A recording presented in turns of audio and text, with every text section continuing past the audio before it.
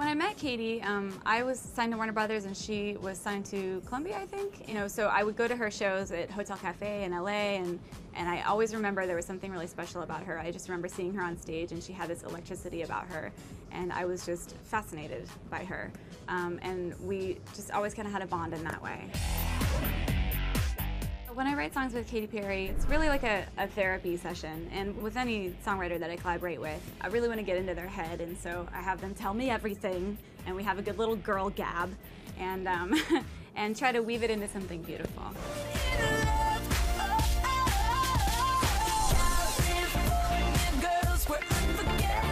When the song started getting traction, and I guess blowing up, I was surprised in a way. I mean, I didn't expect it to do what it did, because her first album did so well, and I Kissed a Girl was so great, and I was just like, how are we gonna top it, you know? And it just caught fire, and it was such a relief for me to have, because I'd been struggling for so many years, to just be like, okay, I can like die happy now, like feeling like I had some kind of mark on pop culture, and like everything's gonna be okay. California girls, man. I am a California girl. I was born in Northern California. I lived in Seattle. I grew up there, but I am technically a California girl, and so is Katy.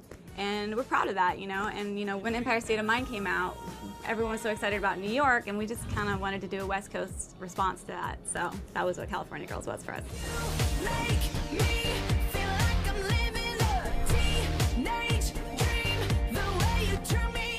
Teenage Dream, we were kind of trying to capture that feeling of the first time you fall in love.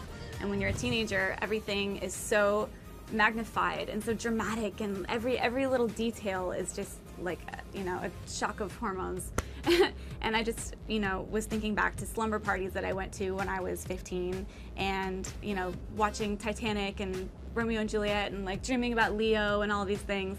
And so I kind of tried to capture some of those little moments that I felt as an adolescent. I'm wide awake, yeah, I was in the dark, I was falling hard with an open heart. Wide Awake was a really raw song when we wrote it. You know, Katy was going through a lot, and so we were really just drawing from real life events, and it was kind of about waking up from the teenage dream. So it was sort of perfect timing with the end of Teenage Dream and the beginning of the repackage. So it was kind of a perfect storm.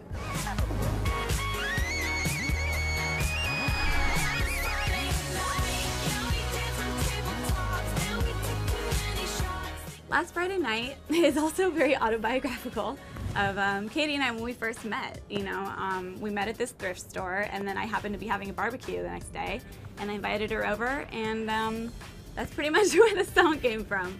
So, yeah, that's real. I feel like Roar is different from the other songs that I've written with Katy in the sense that it's a little more sophisticated. It's not quite as cutesy. Like, there's not any Candyland going on. You know, you see her burning the wig online and everything. And I really think it's a grown-up song for her. Both Katy and I have been through a lot, so Roar, I think, is just about overcoming and staying strong. And it's like a very rocky song, you know what I mean? So it's just about female empowerment and getting through the hard times with a smile on your face.